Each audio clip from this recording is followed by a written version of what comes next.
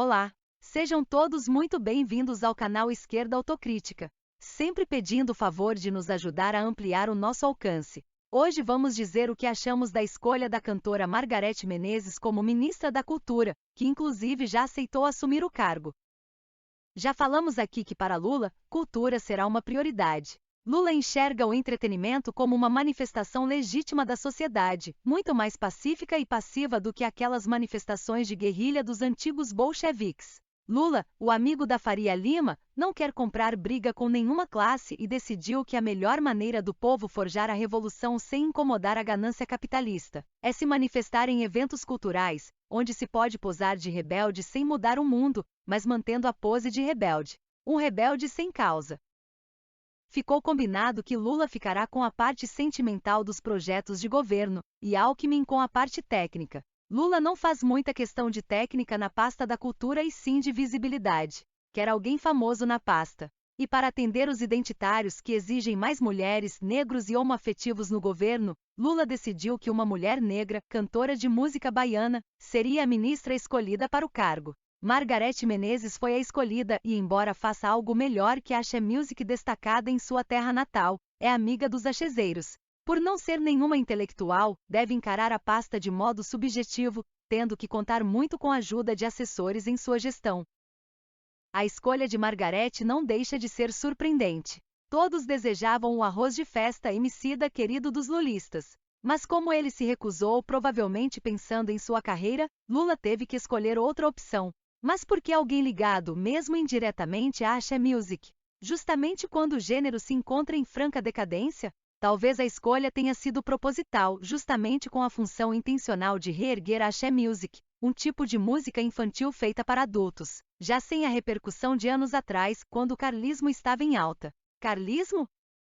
A Axé Music foi inventada pelo ministro das Comunicações do governo de José Sarney, Antônio Carlos Magalhães, maior coronel da Bahia e poderoso patriarca da maior família oligárquica do estado. Político beneficiado pela ditadura, ACM como era conhecido, inventou a Axé Music com a intenção de alavancar o turismo baiano, fortalecendo o carnaval, criando um tipo de música que fosse característico de sua terra natal. Um tipo de música comercial, economicamente lucrativo, e que mesmo posando de cultural, e considerado intelectual por alguns ingênuos, colocasse muito dinheiro nos cofres do governo baiano, e nas contas de paraísos fiscais pertencentes ao empresariado baiano. Enfim, uma mina de ouro disfarçada de projeto cultural.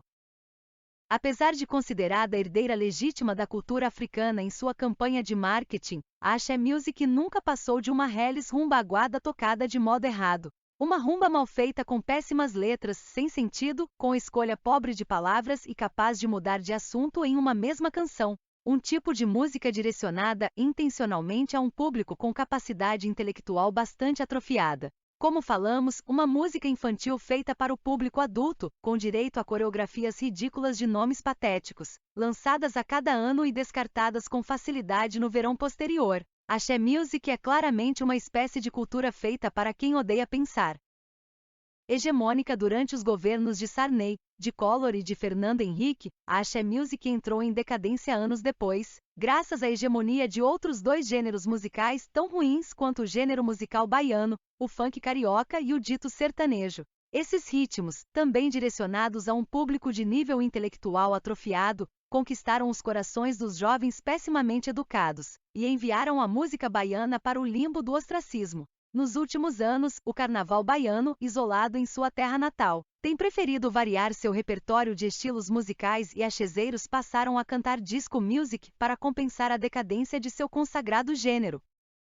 Seria a escolha de Margareth Menezes uma tentativa de retomar o sucesso nacional da Axé Music? Coincidência ou não, a iniciativa ocorre justamente quando o neto do fundador da Axé Music, o político Antônio Carlos Magalhães Neto, ou ACM Neto, ou simplesmente Neto, perde a eleição para governador em sua primeira derrota política, justamente para o candidato do PT, Jerônimo Rodrigues. Nos bastidores, Jerônimo teria pedido a Lula para que o Ministério da Cultura tomasse uma iniciativa de recuperar a Axé Music, mesmo com a derrota do neto de seu fundador? Lula entende a cultura como uma mera manifestação. Para isso não precisa ter qualidade e nem ter importância social e histórica. Basta agradar ao público. Basta lotar plateia. Para isso não precisa ter qualidade. Só precisa agradar aos ouvidos de um público, que nos últimos anos tem sido cada vez menos exigente, e com intelecto bastante atrofiado, desprovido de senso estético e senso artístico. Por exemplo, para Lula, MC Creu é tão importante quanto Tom Jobim, e merece o mesmo respeito e reconhecimento. Por mais patético que seja o som do MC Creu, mas MC Creu lota plateias. Para esquerdistas, só isso já o define como cultura. Por entender a cultura como um mero agregador de massas, Lula pode estar preocupado com a decadência da axé music. A escolha de Margareth tem muito a ver com isso. Mesmo Margareth não sendo exatamente axezeira, já que o trabalho dela tem qualidade, influenciada de fato pela verdadeira cultura baiana, com laços com o samba reggae e com a música verdadeiramente africana. Mas Margareth é amiga de axezeiros e recentemente cantou junto com o picareta Bel Marques, magnata que finge ser o maior poeta da axé music, que mesmo sendo um tradicional amigo da família Magalhães, deverá ganhar uma boa fortuna do Ministério da Cultura do governo lulista, agora chefiado por uma baiana. Quanto aos assuntos alheios à música baiana, Margareth dará conta do recado? Não teria sido melhor Lula ter escolhido um estudioso de cultura, de preferência formado em alguma faculdade? Um intelectual? Como Margareth se comportará diante da recuperação do Museu da Quinta da Boa Vista, com vasto e raríssimo acervo, destruído por um incêndio na gestão de Temer? E a música erudita, o cinema e o teatro, e monumentos espalhados pelo país? Ministério da Cultura não é apenas financiar shows musicais, filmes e peças teatrais. Tem muita coisa a ser feita, e coisa complexa. Margareth poderá enlouquecer diante de tanta complexidade. Mas para Lula, isso não importa. Lula não quer melhorar o país. Quer agradar amigos e aliados políticos. Para ele, cultura se mede de acordo com gosto. A sopa feita com borracha de sola de sapato pode ser ruim para uns, mas deliciosa para outros. É sopa do mesmo jeito. Assim é como ele vai encarar a cultura. Não precisa intelectual. Precisa alguém famoso para fazer propaganda do governo de Lula. O que os ministros fizerem não importa. Se houver repercussão negativa, simplesmente troca de ministro. Importa é garantir o projeto de poder de Lula, ou de Alckmin, já que Lula age com pressa, como se reservasse uma surpresa para todos nós. Levamos gato por lebre? Não vai demorar para a gente saber.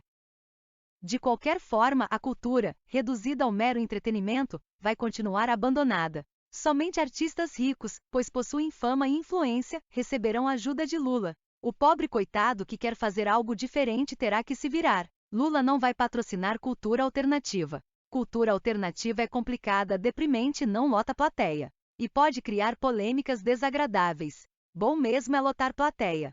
Mesmo que seja o pior de todos os cantores de chuveiro. Quanto mais popular o artista, maior o dinheiro que irá receber do Ministério da Cultura. Sempre foi assim, assim sempre será. Não espere melhoria da qualidade cultural no governo de Lula. Para o recém-diplomado presidente, arrotos e peidos também fazem uma bela sinfonia. Por hoje é só. Agradecemos a audiência. Até a próxima postagem. Um abraço a todos.